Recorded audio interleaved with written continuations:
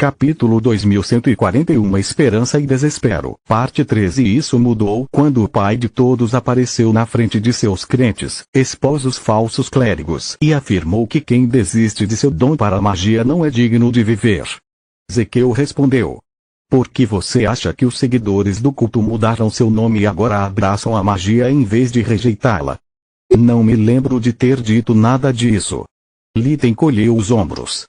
Foi apenas uma farsa atrapalhada pelos líderes do culto. Na verdade, você não fez isso. Solos assentiu. Mais importante, foi Fria quem derrotou você durante seu ato de pai de todos. Como você a envolveu e como é que ela agora é uma donzela brilhante? Essa foi ideia de Faluel. Ezequiel respondeu. Os cultistas estavam fazendo muito bem a Lutia, ajudando com sua magia como podiam e limpando seu nome. Ela achou que era melhor distorcer a narrativa deles a nosso favor, para que, ao retornar, você não encontrasse uma cidade moribunda.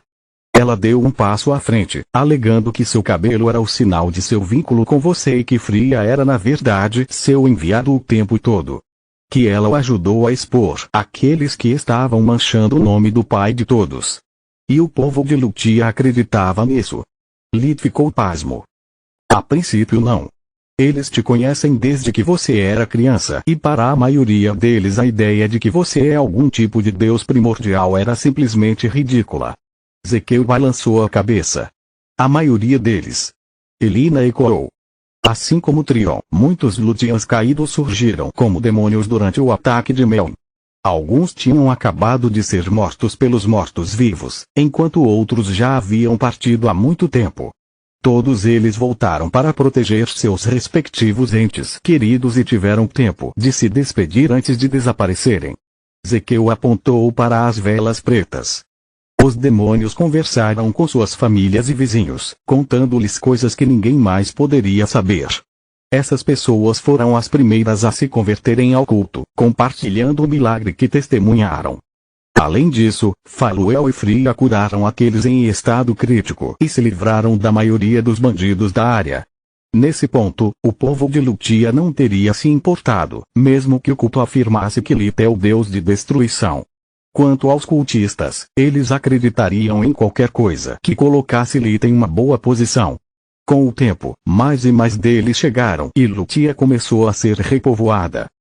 Alguns são fanáticos que viram vocês em ação durante suas missões pelo reino, mas a maioria deles são apenas pessoas que foram expulsas de suas casas pela guerra, em busca de um lugar seguro para ficar como você se tornou o alto clérigo. Rena perguntou. Sou sogro da irmã do pai de todos e já tinha minha loja cheia de mercadoria sobre Lit. Ezequiel disse com uma risada. Os cultistas me imploraram para ensiná-lo sobre ele e vi uma oportunidade de limpar o nome de Lit, reviver a cidade, finalmente, poder andar pelas ruas sem medo. Se Faluel e Fria estão ajudando, por que há tantas pessoas desesperadas orando no templo? Tista perguntou. Por que eles não ficam aqui o dia inteiro? Eles vêm para Lutia de vez em quando e curam os necessitados, mas levariam semanas para tratar a todos. As pessoas vêm por todo o condado de Lutia na esperança de conseguir a sua vez. Ezequiel respondeu. Para conseguir um curandeiro capaz de usar magia de nível 4 e 5, eles teriam que chegar a Darius e depois pagar pelo procedimento. Não apenas a maioria dos pacientes não sobreviveria à viagem, mas também não teria dinheiro. Lutia está muito mais perto e quando chegam aqui os clérigos os mantêm estáveis até o retorno das donzelas.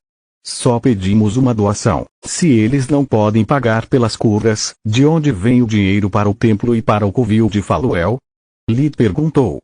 Alguns de seus seguidores têm dinheiro suficiente para pagar aos pedreiros para construir as fundações e o talento mágico para fazer o resto por conta própria com a magia da terra. Quanto a Faluel, fiquei feliz em compartilhar com ela os lucros da minha loja em troca de ajuda dela. Ezequiel disse. Você está me dizendo que as pessoas realmente compram essas coisas? Lita apontou para a loja de solventes. Ele voa das prateleiras. Ezequiel disse com uma risada. Mas o dinheiro de verdade vem da minha ourivesária. Depois que você lutou por Belios, comecei a receber encomendas de todo o Distar. Você é um modelo de toda uma geração de magos. Eu não ficaria surpreso se algumas de minhas peças começassem a aparecer até mesmo na corte real. Além disso, graças ao perdão real, o corpo da rainha retornou e com eles, o problema com os bandidos acabou. As rotas comerciais estão abertas novamente e Lutia está florescendo novamente. Enquanto o resto de sua família fazia um rápido passeio pelo templo, Lit chamou Lei Gain de lado para pedir conselhos. Você já foi considerado um deus. O que você acha que eu deveria fazer com toda essa bobagem? Ele perguntou.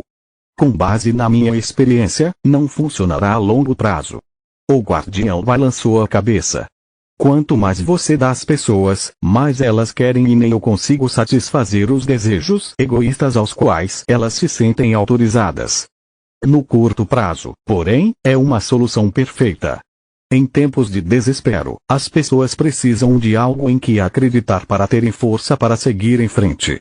O que você chama de absurdo dar-lhes esperança, ao mesmo tempo que compra a sua família a paz que eles precisar. Assim que tudo se acalmar com a guerra e Lutia conseguir um novo curandeiro, o culto do Deus Triplo explodirá como uma bolha.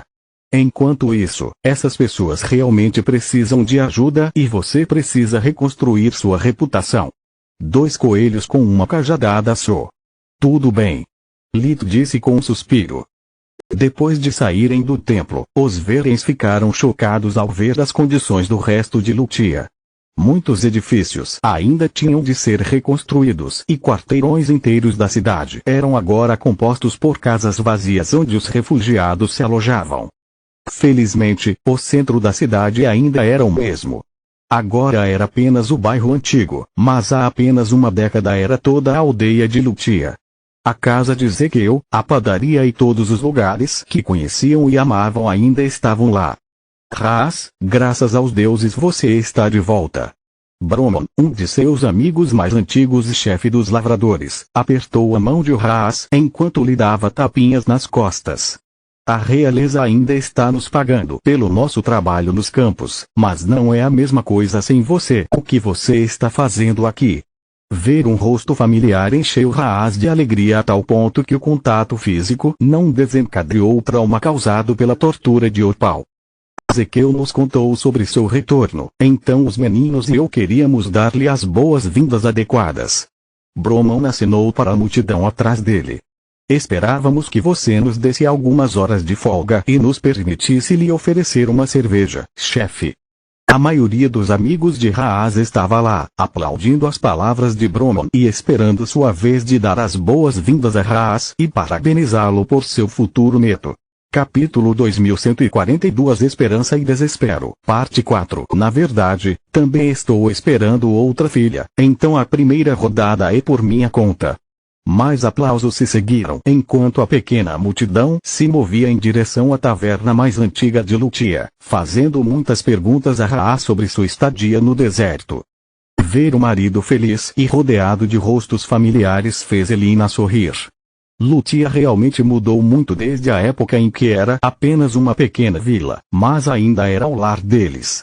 Enquanto os Verens caminhavam pelo bairro antigo, passaram em frente à casa de Nana e sentiram o coração afundar. Desde que a velha maga morreu, ninguém morava lá, mas até o banimento de Lit, o povo de Lutia o manteve bem. Até a curandeira que tomou o lugar de Nana usou seu antigo escritório, mantendo viva sua memória. Agora, porém, a porta estava trancada com tábuas de madeira e as janelas estavam sujas de lama e poeira. Após a fuga do curandeiro, o prédio foi abandonado e ninguém cuidou dele desde então. No entanto, isso não foi tudo. Muitas pessoas ficaram em frente à entrada em uma fila ordenada. Eles ouviram falar do retorno de Lit e trouxeram seus doentes na esperança de que ele cuidasse deles como quando era aprendiz de Nana. Elina olhou para Tista, lembrando-se muito bem do sentimento de desespero de um pai que tinha que conviver com o medo de que cada dia que passasse com o filho pudesse ser o último. Você não pode ajudá-los, por favor? Pelos velhos tempos. Elina perguntou enquanto agarrava a mão de Lit. Ele não tinha nenhuma afeição por aquelas pessoas, mas sabia que Leigan estava certo.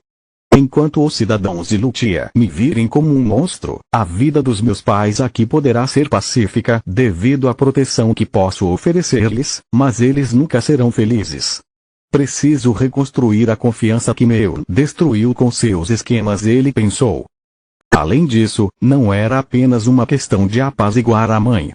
Tista, Solos, Camila, Rena e até as crianças olhavam para ele com olhos de cachorrinho, certos de que ele faria a coisa certa. Claro, mãe. Ele disse, não se sentindo diferente de um homem diante de um pelotão de fuzilamento. Além disso, somos 4 e não precisamos mais esconder nossas habilidades. Não vai demorar muito. 4? Tista perguntou confusa. As crianças são boas com magia, mas seus núcleos de mana ainda são muito fracos e suas habilidades de diagnóstico são inexistentes. Eu estava falando sobre o vovô. Lita apontou para Legain. Ele tem que proteger Kami, então é melhor nos ajudar. Todas as cabeças se voltaram para o pai de todos os dragões, que encolheu os ombros em resposta. Tenho muito trabalho a fazer, mas contanto que ela fique perto de mim, posso realizar várias tarefas. Lit removeu as tábuas de madeira da porta enquanto Aran e Leria limpavam a parte externa do prédio. Lá dentro, o ar estava viciado e tudo coberto por uma espessa camada de poeira, mas nada que alguns feitiços de ar e água não pudessem resolver.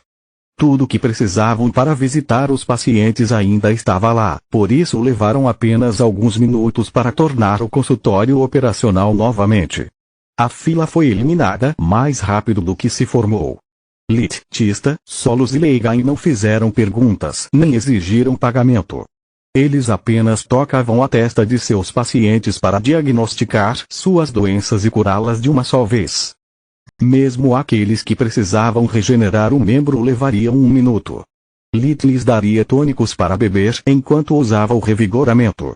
O primeiro forneceria os nutrientes, enquanto o último daria ao paciente a resistência necessária para suportar o rápido crescimento celular. Somente aqueles com doenças congênitas como o estrangulador precisariam de mais de uma sessão. Curá-los é necessário para alterar permanentemente a força vital e o menor erro pode causar efeitos colaterais a longo prazo.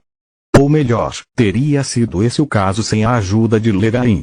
Não importa quem estivesse examinando o paciente, o guardião só precisava apertar os olhos para consertar qualquer doença, como se fosse apenas um joelho arranhado. Muito obrigado por curar minha irmã.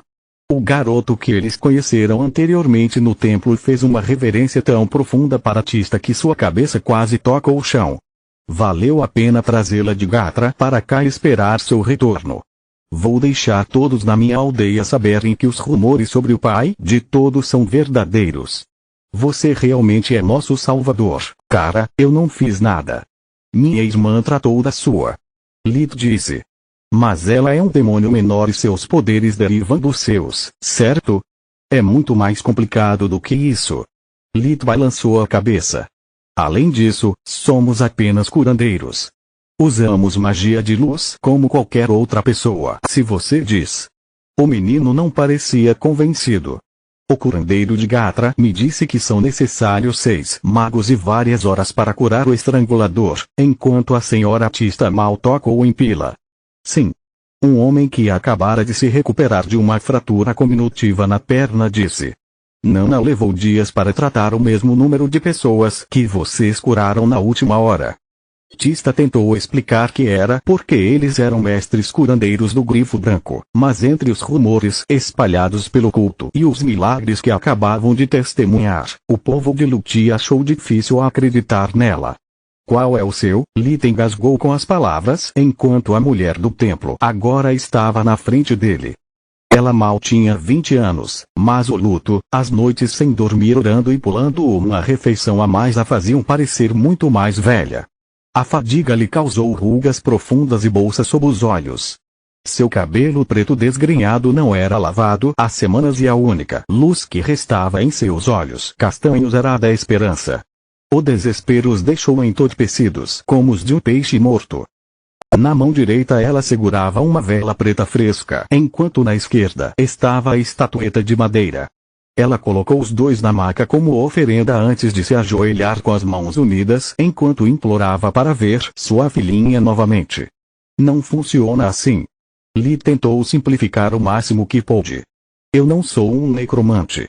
Não forço as almas a fazer nada. Elas devem responder ao meu chamado. Por favor, tente de qualquer maneira. O nome dela era Yuka. Ela entregou-lhe a estatueta de madeira e uma mecha de cabelo castanho claro que carregava num medalhão no pescoço. Yuka, se você está aqui, me dê um sinal.